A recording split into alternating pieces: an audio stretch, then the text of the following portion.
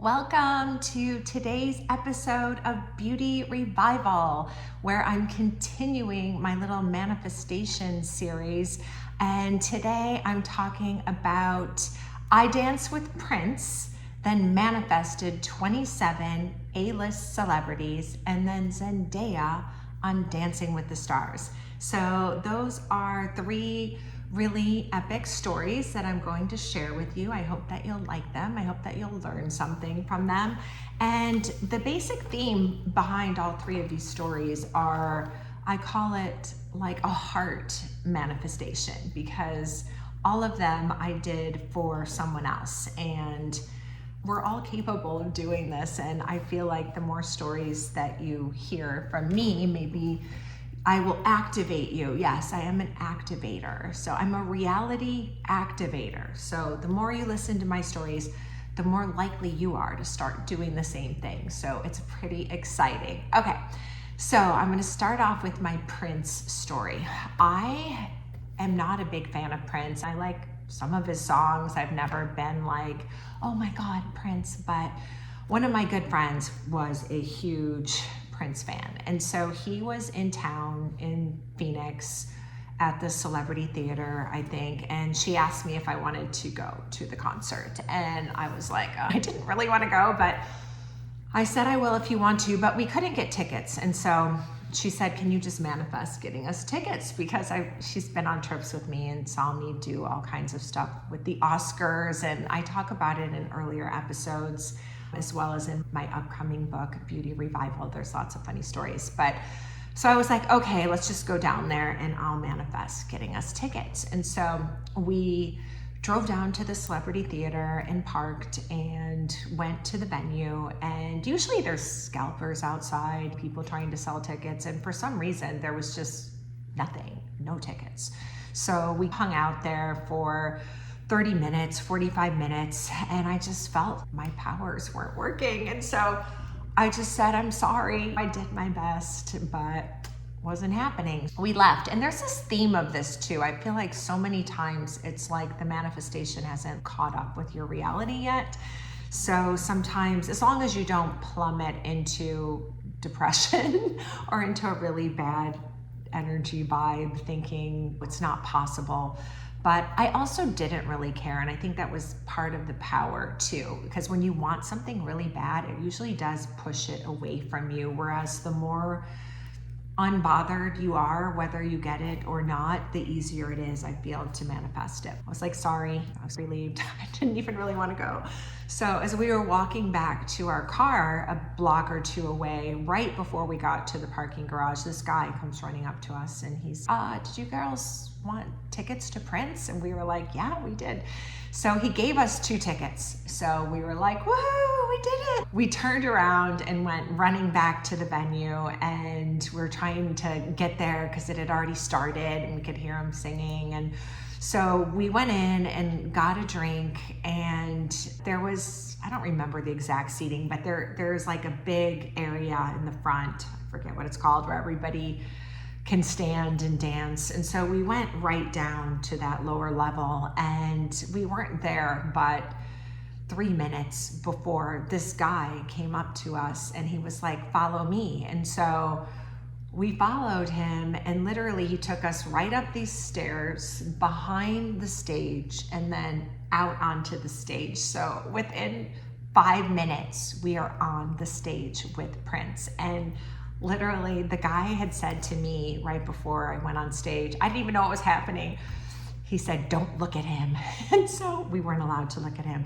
But literally we danced 3 songs to Prince, with Prince, one of them being Raspberry Beret. And it was so surreal because we didn't have this on our cell phones. Nobody got photos of it. Like, it's almost like it never even happened. It was so crazy, but we had such a great time. So yeah, after our 3 songs on stage, we went back down and finished the concert, and it was just epic. So it was a really great manifestation. But the other weird thing about this was I never really talked about the story. It's funny that I'm telling all these stories now because it's so rare that I ever talk about any of this, but hey, I find them interesting. And I'm just not a small talker. When I go out around people, I'm not like chiming in, talking about myself. It's just awkward. But I was on a plane and I was sitting next to this guy who would not stop talking, and he was talking about music the whole trip. And so I was like, finally at one point I was like, all right, I'm just gonna tell him my Prince story because I'll be participating somewhat in the conversation. And I'm like, I don't think I've ever told anyone the Prince story. So I told him that story, and it was cute. And when the plane landed, we turned our phones on, and immediately it was all over the internet that Prince had just died. And I was like, what are the chances that I'm talking about him right as he's died? I have no explanation for it. It's just too weird. And another quick segue to that, years ago, I was at a movie once, and it was like a Saturday night, and I came out of the movie to use the restroom in the middle of it. And I just had this weird thought, and it was, I wonder who's gonna be the next really big celebrity to die unexpectedly. And the next morning, it was all over the news that JFK had crashed the plane, and him and his wife and her sister had all died. And again, looking back at the timing, I really feel like I felt it energetically right as it was happening. And that's what made me have the thought. But crazy stuff. Okay, so moving on from Prince to my Zendaya story. And I don't know if you know who Zendaya is. My daughter was obsessed with her when she was a kid because she was on this show called Shake It Up, and she loved Zendaya. And Zendaya has grown up and now was on Euphoria, and she's been in movies, and now she's just a huge star.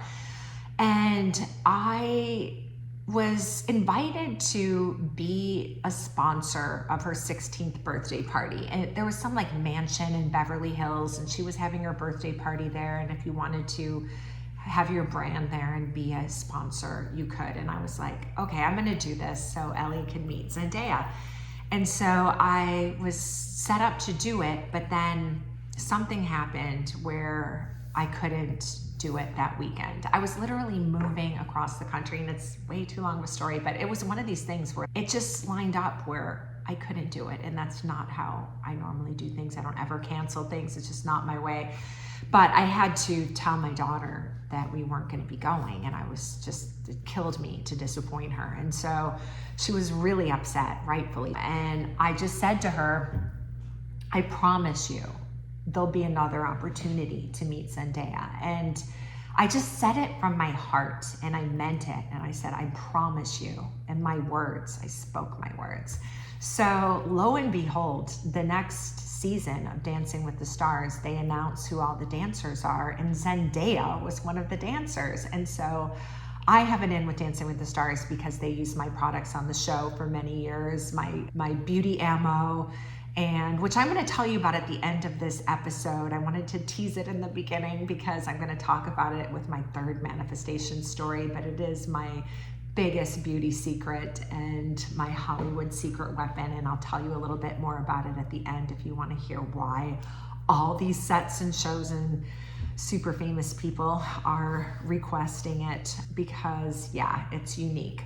But so I hear Zendaya is going to be on Dancing with the Stars. So I'm like, okay, now we have to get there and get on the set. And I'd been on the set before training their makeup artists with my products, but it's not one of those things where you could just call up, hey, give me tickets. But I did have ins with people on the show. So we were in LA for the weekend, and I told her we're gonna try to get tickets for Sunday. And we were like on a wait list to try to get these tickets. And so we ended up going to Nobu in Malibu. Like, we had our few little places we would always go hit, and like we would just go there to have a happy hour appetizer or whatever. But lo and behold, who's there but Apollo, who was like one of the people that had just recently been on Dancing with the Stars.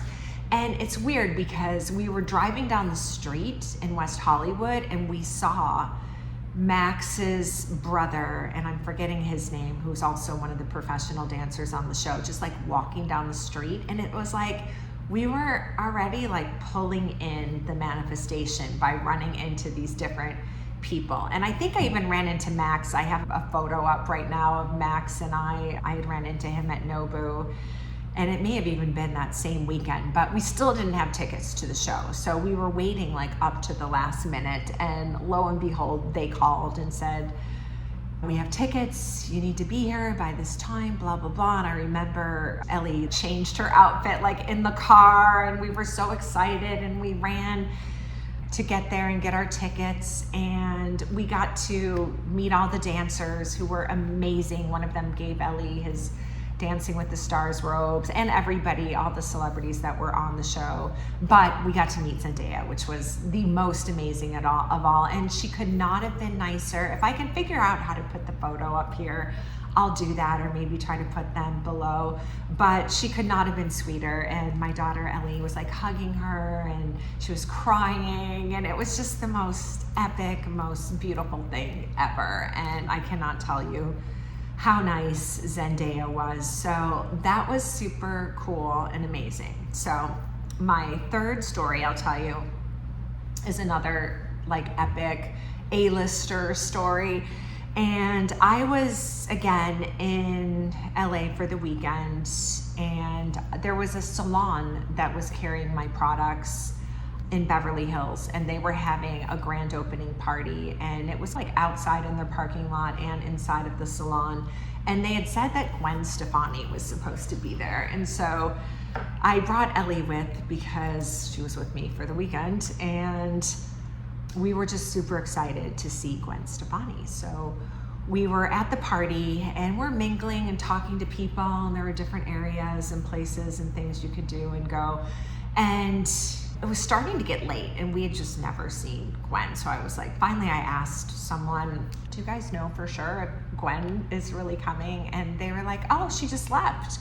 That was her. You guys were standing right next to her in the red shoes. And so this happens a lot where you meet celebrities and you don't recognize them. I've had it happen so many times when I worked for Jose Bear years ago on Rodeo Drive. But basically, Ellie was really upset because we were like, that was her in the red shoes. We're standing right next to her, and she felt like she had missed the whole opportunity. So I felt really bad for her. And as we were driving back to our hotel, she was just super down and bummed out. And I just said, when you go to these things, the bigger the name, the less chance that they're gonna show up. You never know. They'll say, oh, so-and-so's gonna be there. But usually you never know until they show up. And I said, but I promise you one thing, we will see celebrities this weekend. Like, I just wanted her to, I said, wherever we go, we will see celebrities. So we went to Malibu, and we were just shopping around, doing our thing. And I got a call from this makeup artist. It was the next day. And she does Lady Gaga and Madonna and all these really big performers. And she said, I'm on this set, and you need to come and bring your beauty ammo and do it. And all I really I heard her say Jamie Lee Curtis, but I didn't understand anything. It was just super unclear. And I said, I have my daughter with me. And she was like, you can't bring your daughter.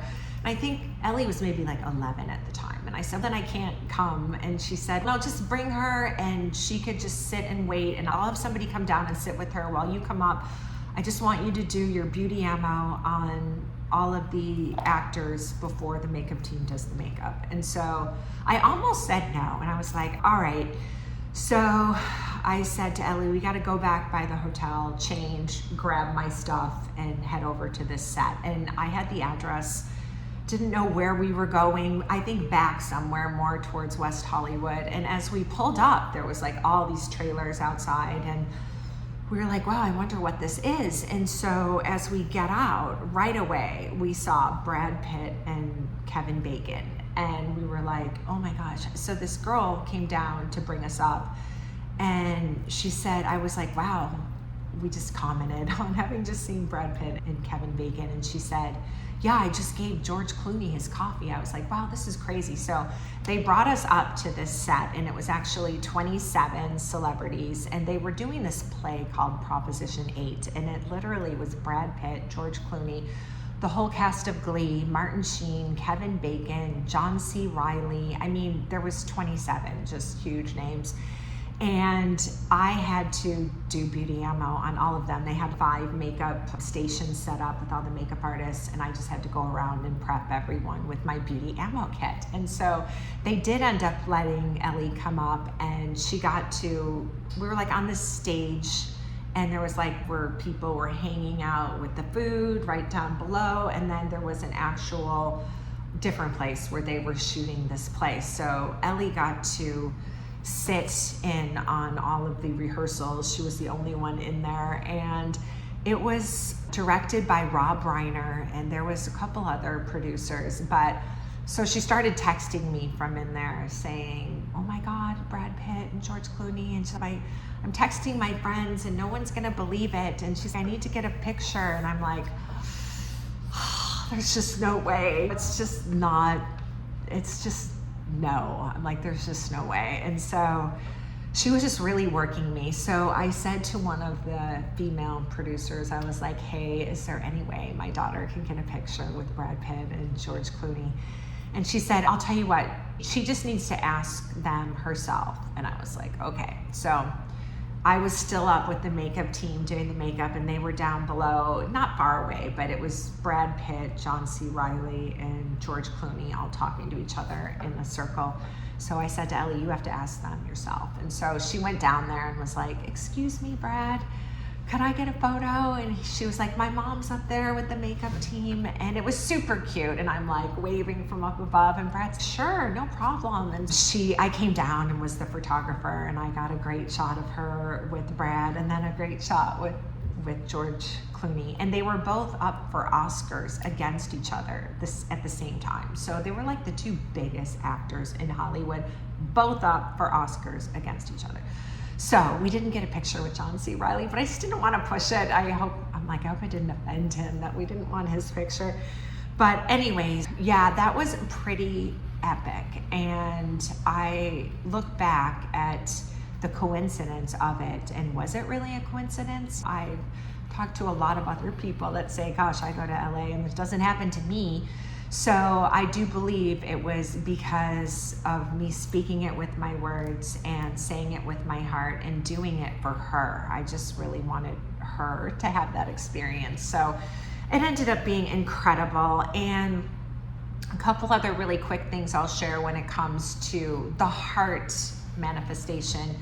Years ago, my dad was really overweight, and he just didn't have the motivation to lose weight. And my brother, one of my 3 brothers, went to him in a really nice way and just said, Dad, we want you to be here with us for a long time. And he's still alive, he's still with us.